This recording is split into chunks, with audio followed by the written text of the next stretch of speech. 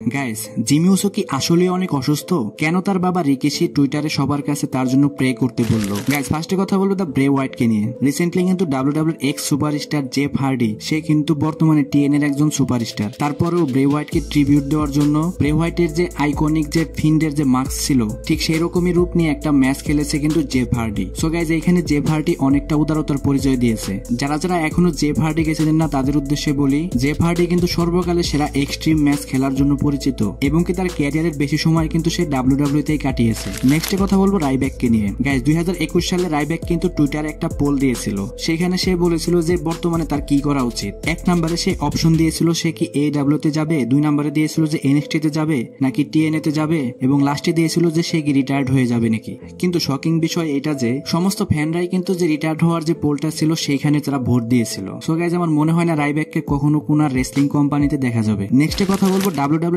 X ওনার Vince ম্যাকম্যানকে নিয়ে। Guys, আপনারা হয়তো অনেকেই জানেন যে এই মাসের যে 25 তারিখ ঠিক সেই দিনে কিন্তু ডাব্লিউডাব্লিউ যে এক্স ওনার ভিন্স ম্যাকম্যান তার বায়োগ্রাফি কিন্তু নেটফ্লিক্সে রিলিজ দেওয়া হবে এবং কি এটা ট্রেলারও কিন্তু রিলিজ দেওয়া হয়েছে অলরেডি। যখনই এটা ট্রেলার রিলিজ হয় তারপর থেকে কিন্তু ডাব্লিউডাব্লিউর বর্তমানে যারা যারা পরিচালক আছে তারা অনেকটা কিন্তু ক্ষেপে আছে, কারণ ডাব্লিউডাব্লিউর অনেক কিন্তু সিক্রেট বিষয় এখানে রিভিল করা হবে। এই ওয়েব সিরিজটা নিয়ে ডাব্লিউডাব্লিউ হল অফ ফেমার মিক ফোলির কাছে কিন্তু জিজ্ঞেস করা হয়েছিল। সেখানে কিন্তু মিক ফোলি সরাসরি বলে দেয় আমি এখনো এটি দেখিনি, আমি না দেখে কিছু এখানে কমেন্ট করতে পারবো না। এটা রিলিজ হওয়ার পরও আমার মনে হয় না মিক ফোলি ভিন্স ম্যাকম্যানের এগেইনস্টে কিছু বলবে, কারণ মিক ফোলি কিন্তু ভিন্স ম্যাকম্যানের একান্ত কিন্তু পার্সোনাল একজন মানুষ। গাইজ, এই পিকচারটি দেখুন, এখানে বিগ ব্রনসন রিড এবং ব্রন স্ট্রোম্যান, তার নিচে একটা ফ্যান তৈরি করেছে ডাইনোসর এবং কিং কং। এটা কিন্তু দেখতে ঠিক সেই রকমই লাগছে, কারণ ডাব্লিউডাব্লিউ তে বর্তমানে সব থেকে হেভিওয়েট রেসলার কিন্তু এই দুইজনই। আশা করা যাচ্ছে সামনে যে ডাব্লিউডাব্লিউ নেক্সট পেপিভি থাকবে সেখানে এই দুজনের হয়তো একটা ম্যাচ আমরা দেখতেও পারি। লাস্টে কথা বলবো জিমি উসোকে নিয়ে। গতকাল রিকেশি টুইটারে একটা পোস্ট করে,